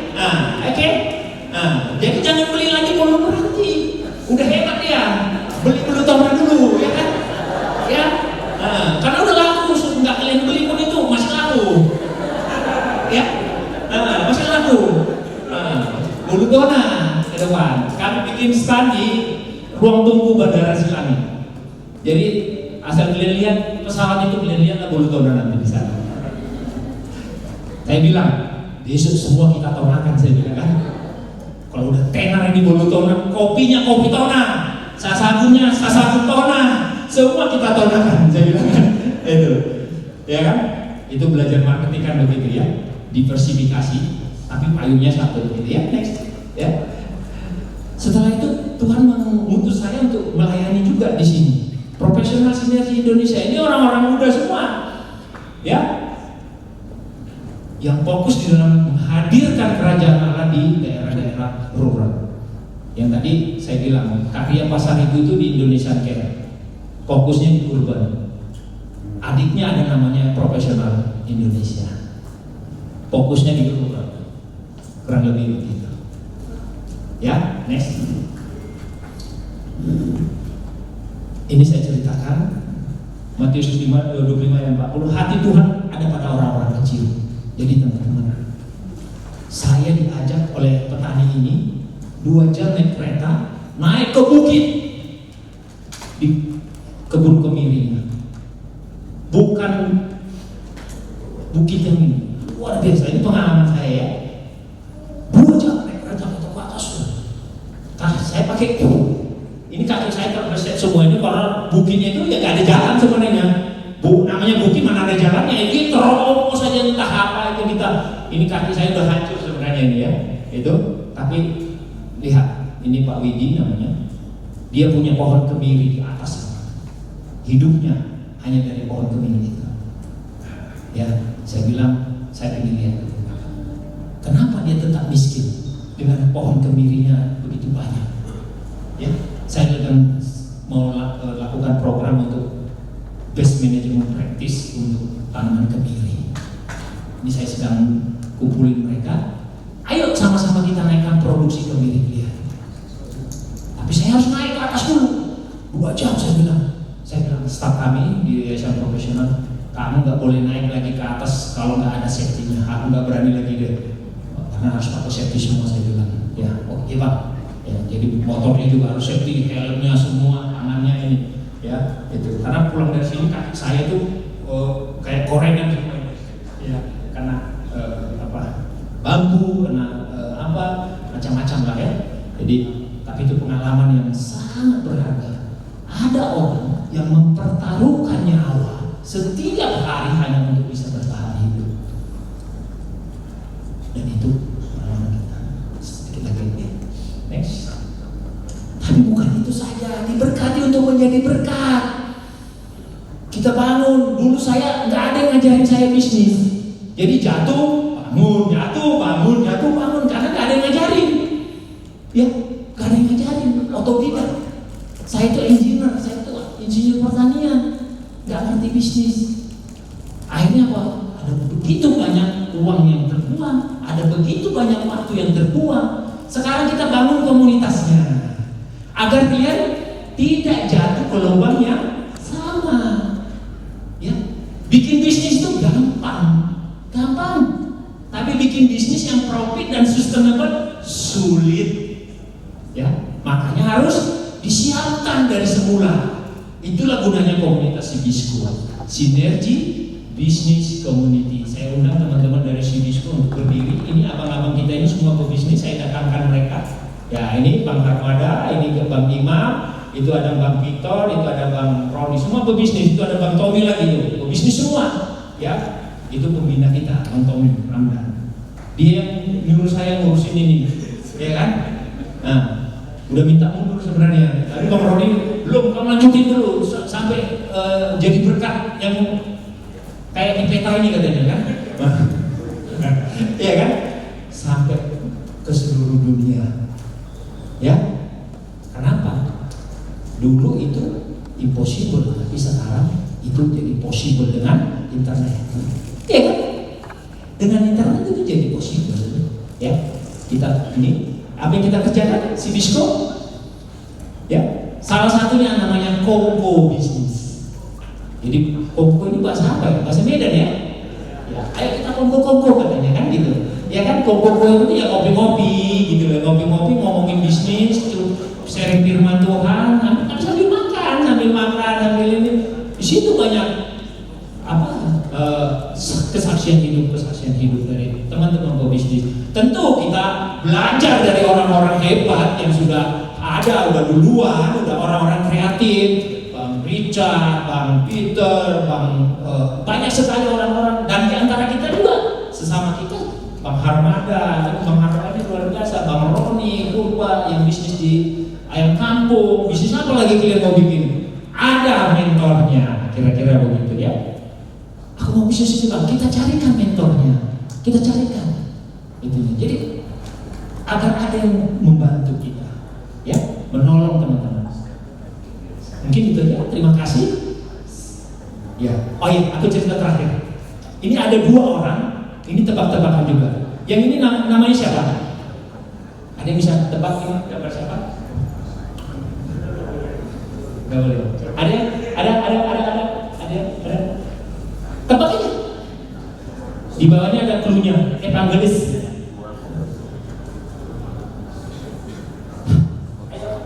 Nih, ya, nggak ada yang tahu. Ya, Billy Graham, betul.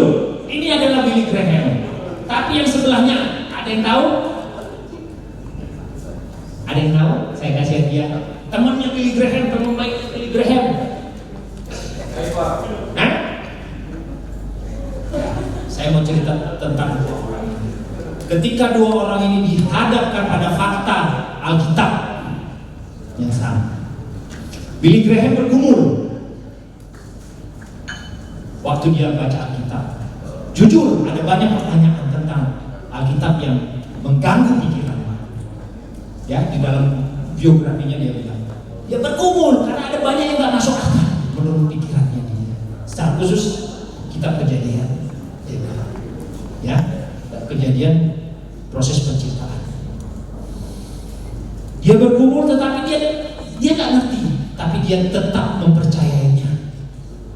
Ya, tetap mempercayainya. Dan jadilah Billy Graham melanjutkan pelayanannya sebagai evangelis terbesar mungkin di abad ke-20 ya, kita bilang begitu ya, berdampak. Tetapi nama sebelahnya ini namanya Charles Templeton.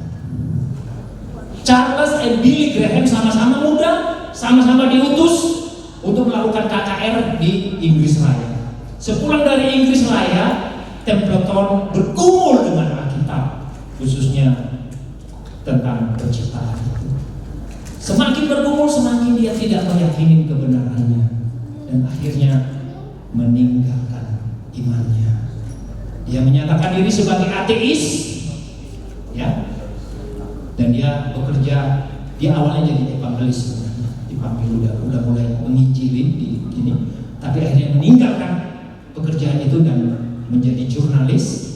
Dia menikah dengan, tapi karena keyakinannya itu membawa perilakunya juga berubah, akhirnya dia divorce, cerai dengan istrinya. Terus yang mengenaskan, dia mati dalam kondisi sendiri di rumahnya, di sebuah tempat yang sangat menyedihkan. Jadi 2 orang yang masih muda dihadapkan pada fakta Alkitab yang mengambil sikap yang berbeda. Satu ke timur, satu ke barat. Satu tetap percaya, satu tidak mempercayainya lagi.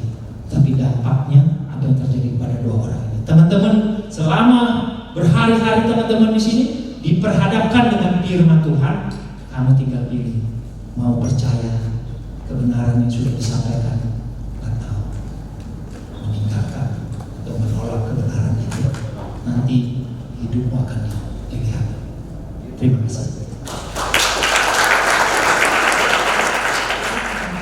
Sudah menyampaikan materinya sangat menarik ya teman-teman, dan sangat menginspirasi. Dan kita akan buka sesi Q&A. Oke, terima kasih banyak. Pertama-tama saya ucapkan terima kasih kepada Pak Bagus dan kepada Pak Mahala atas bisa dibilang ya pemaparannya. Perkenalkan, nama saya Rizky Simulakil, saya berasal dari Jatinangor, PMK Jatinangor, dan saya angkatan 2022. Dan sebenarnya saya sangat tertarik untuk membuka bisnis. Saya juga udah punya bisnis sebelumnya, tapi banyak sekali hal-hal yang baru yang saya dapatkan dari sini. Cuma mungkin di sini saya ingin bertanya kepada Bapak Bagus, juga bertanya tentang pertanyaan moral sih sebenarnya Bapak ya. Saya sebenarnya cuma penasaran saja, andai kan kalau misalkan sekarang Bapak membuka klinik lagi dan ternyata dipalakin polisi lagi, kira-kira apakah Bapak akan membayar lagi, atau apakah Bapak sudah tahu penyelesaiannya bagaimana memang sesuai dengan skrip dan mungkin begitu saja. Terima kasih banyak. Setelah saya selesai problemnya, jadi itu kan dia panggilan klarifikasi. Nah itu sebenarnya nggak bakal selesai karena cuma klarifikasi, nggak ada SP3 kayak surat pemutusan perkara gitu nggak ada. Jadi intinya setelah itu saya hire orang HRD untuk perbaiki semua izin-izin yang perlu. Nah jadi kita tutuplah semua celahnya. Jadi kalau buka lagi kan sudah ada pengalaman, ya kita urus semua izinnya dengan rapi. Tapi sorry, kalau dari pengalaman yang direktur kapal api ini, mereka tuh begitu datang, mereka bisa lihat, mereka bisa kasuskan apapun itu. Misalnya genset tuh harus ada izinnya, teman. Jadi kayak misalnya lampu ini dibuang di mana, itu harus ada alur pembuangan limbahnya. Jadi itu susahnya. Jadi nanti pasti kalian akan menemukan dan kasusnya mungkin beda dengan yang saya hadapi. Tapi kalau bisa tutupi semua celah, karena ada yang rekan dulu ketua BPC dia juga ditentangin, tapi dia menang karena secara izin dia kuat, gitu ya. Jadi dia lawan balik dan dia polisinya nggak bisa lawan karena emang secara izin dia benar. Itu sih. Mohon maaf, saya juga ingin penasaran sebenarnya bertanya kepada Bapak Pahala, karena Bapak juga tadi ngomong banyak tentang marketing dan segala macamnya. Saya sebenarnya lumayan tertarik untuk bertanya kepada Bapak, apalagi Bapak yang sektornya bisa dibilang sektor yang lumayan formal ya, sektor pertanian, dan mungkin tidak seperti sektor kreatif dan lainnya. Cuma kalau saya ingin bertanya kepada Bapak, kira-kira kalau dalam marketing yang sesi sekarang atau mungkin sesi pada pengalaman Bapak seperti biasanya, apakah lebih bagus marketing yang dalam sesi profesional ataupun sesi yang lebih formal, sesinya formal, atau sesi yang lebih mungkin bercandaan atau semacam mungkin yang lebih menyenangkan konsumen atau yang lebih membuat konsumen tertarik dengan produk kita? Di zaman kami, saya itu marketing yang paling kuat adalah katanya sensibility, melihat adalah baru percaya. Itu adalah jurus terkuat. Jadi tugas saya adalah bagaimana ketika orang mau memakai produk yang saya beri, yang saya punya, saya harus pastikan bahwa dia bisa mencapai performance terbaiknya produk saya. Karena ini kan bicara tanaman ya, gitu. Jadi saya nggak bisa jualan cukup kalau dia udah jual, saya udah puas. Nah, saya harus pastikan dia beli, tapi dia cara makainya sampai dia berhasil, itu saya harus kawal. Memang akan capek. Nah, jadi ada begitu banyak waktu yang saya siapkan untuk berbincang-bincang, mengunjungi ke petani, itu lumrah. Untuk itulah saya dibayar. Saya itu udah biasa jalan kaki, ya 1 jam. Petani itu kadang-kadang ngerjain saya. Nanti kalau ditanya, Pak boleh nggak ke kebun saya? Oh ya, kita kan kalau udah rada-rada agak berhasil, udah tinggi levelnya begitu, udah laku barangnya kan ada. Kebunnya di mana? Oh itu Pak dekat pohon apa itu? Ternyata pikir bukan, ya kan? Oh jalan, udah setengah jam jalan kok nggak sampai-sampai. Tanya lagi, Pak pohon apa yang mana? Yang sana. Mana sih? Ya semua banyak pohon kelapa kan, jadi munculnya dia itu banyak pohon kelapa itu, padahal yang sana itu. Udah setengah jam jalan nggak mungkin balik lagi kan, udah lanjutnya lagi. Terlalu sering. Tuhan Yesus itu kalau ketemu orang itu ngomongnya santai aja gitu ya, nggak banyak ini ya. Ya saya lakukan hal itu juga ke kampung-kampung. Ya saya selama Sumatera Barat masjid daripada masuk gereja. Karena masuk gereja kan cuma hari Minggu.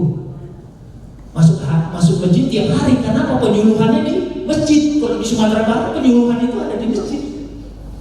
Gitu. Karena kan saya PPR. Jadi biarkan mereka merasakan langsung daripada ini kan marketing zaman now ini kan bikin orang itu teknik pencahayaan dan ujung-ujungnya ya sebenarnya nggak seperti yang disampaikan. Ya, marketing is not manipulating. Hati-hati, marketing itu ilmu yang berbahaya sebenarnya kalau disalahgunakan. Karena orang dengan marketing bisa membeli yang nggak dia butuhkan. Ya, dia nggak butuh, tapi tetap dibeli. Itu orang-orang. Hati-hati, kalian yang bekerja di agensi marketing itu harus hati-hati juga. Marketing is not manipulating. Karena marketing bisa di-switch jadi manipulatif. Mudah sekali. Kalau kamu pelajari otaknya manusia, semakin pintar kamu, gampang kamu memanipulasi. Termasuk penipuan-penipuan lewat WA. Ya, teman saya baru dibobol 400 juta hilang gara-gara di WA. Dirjen pajak bahwa Anda punya tunggakan gini. Wah, orang pengusaha kalau di WA sama dirjen pajak udah langsung gemetaran dia gitu loh kan. Aku udah ditelepon. Begitu ditelepon diarahkan dibuka transfer gini dikuras duitnya, hilang 400 juta hanya gara-gara manipulatif. Itu ilmu psikologi itu juga berbahaya kalau disalahgunakan. Teman-teman, marketing itu ilmu yang berbahaya kalau disalahgunakan. Dan banyak jago-jago marketing itu sebenarnya banyak kan manipulatif. Ya, gimana cara manipulatifnya? Banyak tekniknya. Ya, kita bukan seperti itu. Ya, kita marketing biarkan mereka merasakan produk kita. Itu pegangan saya sampai hari ini. Saya tidak pernah manipulasi. Ya memang capek memang kerja terus. Ya, makanya sampai hari ini saya masih jalan terus produk saya. Kemarin saya keliling Jawa Tengah, saya tanya yang petani-petani kentang itu saya gali apa lagi? Ya, jangan-jangan anggota saya banyak yang bermain, orang kecil itu teman-teman. Ya, untuk jadi partner bisnis dengan kami, itu anggota saya itu bisa bermain. Dia mau kontrak dengan bisnis. Dia mau kontrak dengan bisnis. Minta fee. Saya tanya mereka, gimana kata saya Pak? Hebat Pak, gak ada fee-nya. Ini saya pastikan anggota saya juga tidak bermain. Itu, jadi turun ke bawah, terus connect dengan marketnya. Terima kasih. Lanjut ke pertanyaan kedua tadi. Iya, terima kasih Pak untuk pemaparannya, baik dari Bapak Pahala dan juga Bapak Bungkus. Di sini saya mau izin bertanya untuk Bapak Pahala. Tadi kan disampaikan kalau dalam perjalanan bisnisnya itu Bapak sendiri tidak belajar, tidak ada yang mengajari gitu ya Pak, dan mengalami jatuh bangun dalam membangun bisnis. Nah, pertanyaan saya adalah apa sih yang menjadi titik poin Bapak, titik baliknya untuk kembali bertahan dan memulai bisnis kembali? Apalagi kita sebagai Gen Z di sini, masalah yang paling utama adalah seringkali kita overthinking ya Gen Z ini. Jadi kayak kalau misalkan kita membangun suatu bisnis, ternyata bisnis kita jatuh berkali-kali, kita jadi bertanya-tanya apakah ini benar-benar panggilan Tuhan atau tidak. Itu saja Pak, terima kasih Pak. Jadi saya juga terus belajar, tapi tadi ya Efesus 2 ayat 10 itu, kamu itu diciptakan khusus. Tuhan itu mendesain kita ini. Pertama, kalau konsep Efesus itu, Tuhan itu kayak bikinkan master plan-nya dulu waktu menciptakan kita masing-masing, gitu. Disiapkan dengan sempurna, dengan perfect. Ya. Jadi mulailah menemukan apa apa ya sebenarnya yang Tuhan sudah titipkan sama kamu? Kesukaanmu, kesenangan kamu ya, itu temukan itu apa? Kekuatanmu. Kekuatan saya apa? Biologi. Habis itu masuk ke pertanian. Pertanian itu tekunin aja pertanian, jangan bisnis yang macam-macam. Gitu. Ya, karena panggilan ya kamu udah di situ, ya udah di situ aja. Tapi pertanyaan itu kan luas tadi. Waktu saya merintis, saya ini lama bekerja di nutrisi tanaman sebenarnya. Tapi begitu saya switch ke benih, saya masih bisa relate gitu loh. Karena saya masih pernah belajar pertanian gitu, agronomi saya belajar, pemulihan tanaman saya belajar. Jadi nggak terlalu sulit saya mengikutinya. Akhirnya saya masih bisa. Waktu saya awal-awal itu saya masih bisa ngikutin. Ya udah fokus di pertanian. Jadi start saya adalah jadi distribusi yang pertama kan begitu. Saya nggak bikin produk karena saya belum ngerti merakit produk tanaman itu, belum ngerti itu. Saya pernah punya bisnis komputer, rental komputer, saya bisnis komputer bangkrut. Kenapa? Orang saya nggak ngerti komputer, ya kan? Ada masalah dikit panggil teknisi, sekali datang teknisi 100.000. Waduh, ini lama-lama bangkrut saya. Orang saya nggak ngerti komputer. Jadi itu, jadi area bermainnya itu ya Tuhan sudah titipkan ke kamu. Jangan ikut-ikutan tren juga, gitu loh. Wow, sekarang bisnis maca lagi keren. Wah, aku mau bikin maca aja. No, ya. Kalau kamu nggak ahli tentang permacaan jangan, gitu loh. Tadi bagus bilang. Kalau mau bisnis yang excellent, ya kamu harus belajar terus, tekunin terus, gitu. Ya, saya lama di nutrisi tanaman. Saya bisa menguasai semua kompetitor, pemain, produsen, saya bisa bermain. Ya, di situ area bermain saya, ya situ aja. Jangan bisnis drone gitu ya. Sekarang kan itu lagi tren tuh, anak-anak muda itu bisnis drone. Ngerti aja enggak naikin drone kan gitu. Kalau orang saya ini suruh naikin drone bisa hancur itu drone kan gitu kan. Susah. Tapi kalau kalian mungkin ya yang senang gitu, nggak apa-apa. Senang nggak kamu? Kesukaanmu itu, temukan kesukaanmu dan terus bergumul sama Tuhan. Tuhan titipkan apa sama kamu? Jadi kamu jangan merasa minder kalau kamu nggak jago fisika misalnya.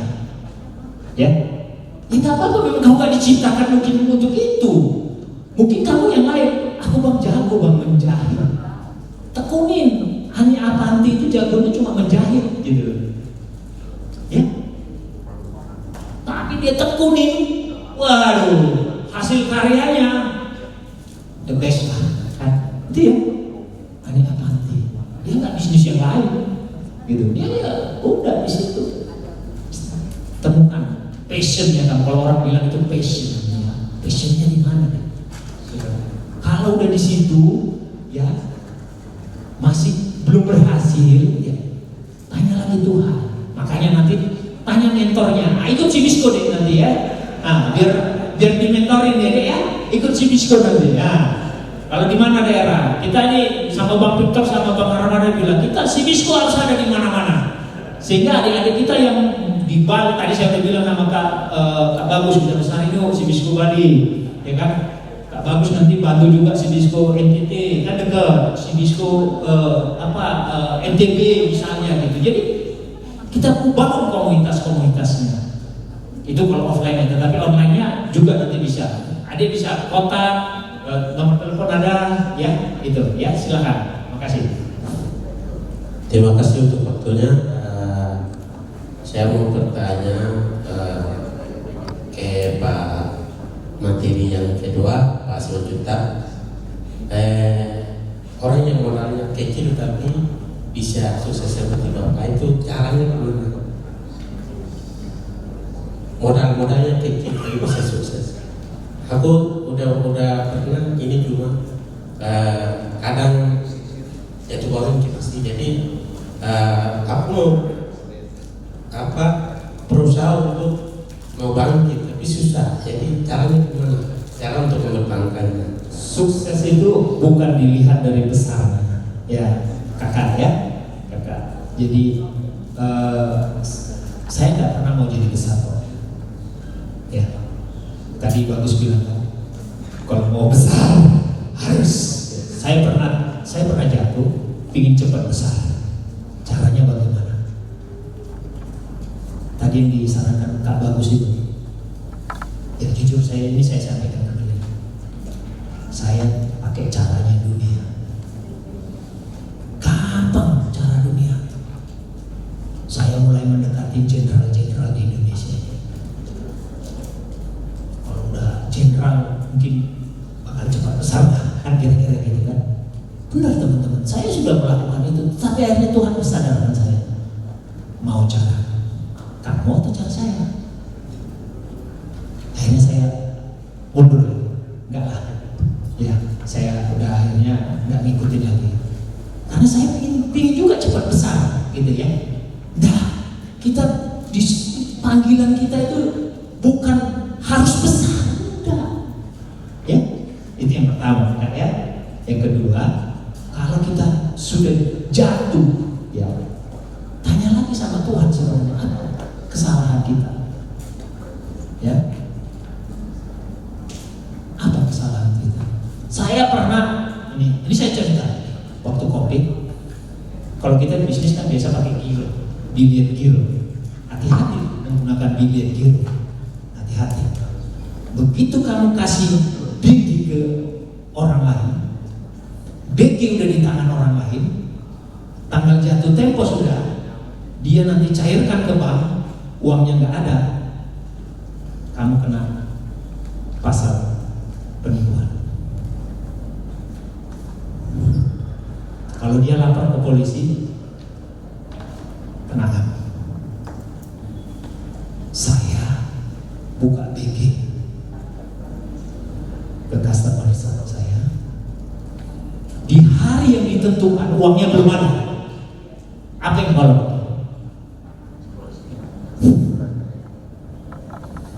Saya buru-buru ketemu orangnya.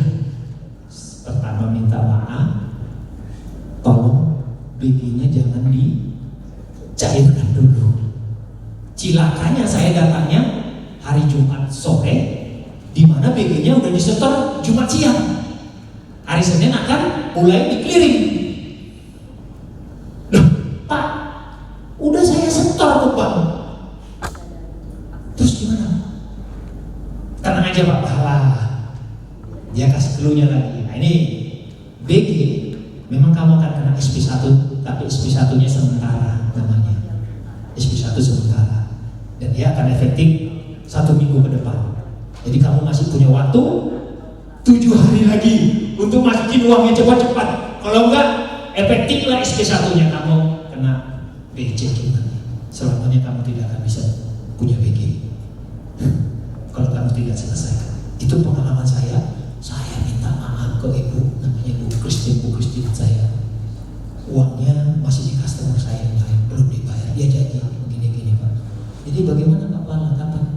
Ya, tapi BG ternyata BG-nya udah 2, tapi BG yang satu lagi jangan dimasukin lagi ya Bu. Yang satu banyak lah uangnya baik. Jadi ada 2 BG di tangan dia. Itu, oh ya, nanti saya akan ini tahan BG-nya, tidak akan saya masukin dulu yang satu lagi. Jadi saya berdoa terus. Itu yang pertama. Konsul terus sama Tuhan. Ini kejadian nyata.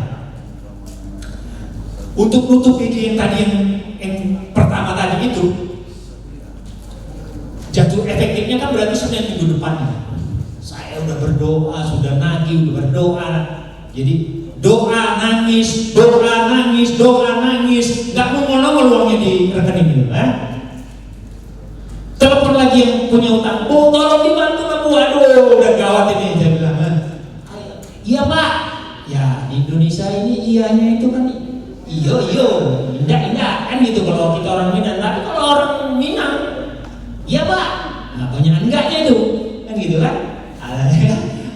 Atau orang Jawa gitu ya. Ya Pak, tapi bukan gitu ya. Di hari Jumat, hari jam kerja terakhir, saya udah pasrah. Jam 3 sore udah nggak ada lagi. Dana masuk, cek rekening internet banking udah nggak ada masuk. Tapi saya masih terus berdoa. Tuhan, kalau ini juga nggak penuh, ya udah saya SP1, hari Senin nanti saya dapat SP1. Efektif, permanen.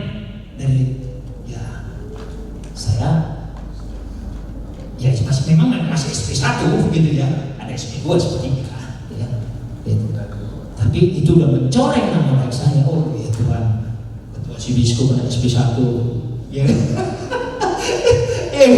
Dari ini ya, jam 5 sore belum juga ada. Jam 6 sore ini saya terus berdoa ya coba apa yang bisa kita lakukan? Ya berdoa, ngomong sama yang punya bisnis. Yang punya kan Tuhan, ya kan? Kalau Tuhan yang punya, kalau Tuhan mau tutup ya tutup, gitu kan? Kalau Tuhan mau angkat, angkat, gitu. Ya kalau Tuhan mau tutup ya dengan cara ini mungkin saya ditutup, gitu kan?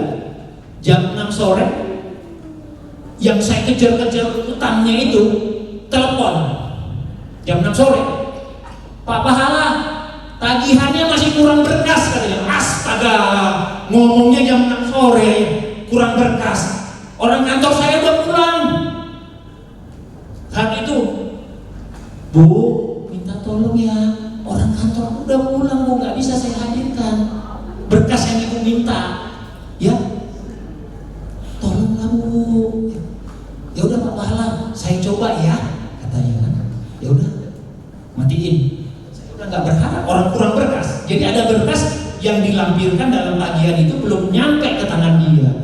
Dia minta, itu harus ada. Kalau nggak dicairkan sama finance katanya. Aduh, orangnya udah pulang. Gimana saya di kantor, stempel ada di kantor. Aduh, ya udah nggak, tolonglah Bu, pokoknya nanti saya akan tetap berikan.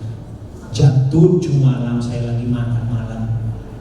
Yang punya hutang bilang, Pak sudah ditransfer ya. Haleluya, puji Tuhan. Tuhan yang punya, Tuhan yang menyelesaikan, menggerakkan hatinya dia kayak hutang. Jadi saya sekarang kalau nagih nggak pernah kayak dulu marah-marah. Hutang. Pakai gaya Batak. Astaga. Tiga. Enggak. Ya. Enggak perlu marah-marah. Ngomong aja, tapi sebelum ngomong doain orang itu.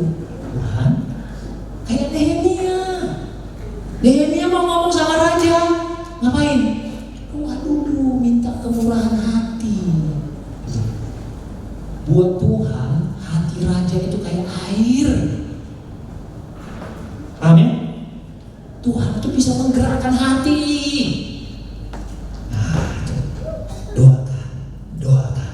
Doakan terus. Ketika sudah tidak ada lagi jalan, ya, bergumul terus dengan Tuhan. Ya, bergumul. Kalau itu panggilan Tuhan, ya, temukan di mana area bermainnya kakak. Oke. Saya tidak punya bisnis online. Nanti gue ceritain, ya. Kita nanti dia udah cemas dia. Ya kan? Udah cemas. Makasih. Terima kasih banyak untuk Pak Bagus dan Pak Pahala untuk penyampaian materi dan Q&A-nya. Dan mohon maaf sekali teman-teman, waktunya sangat terbatas. Jadi sudah selesai untuk sesi kapasitas kita untuk di bidang kewirausahaan. Nah, namun sebelum kita mengakhiri sesi ini, kita mau mengapresiasi untuk kedua pembicara kita. Boleh untuk Pak Pahala dan Pak Bagus berdiri di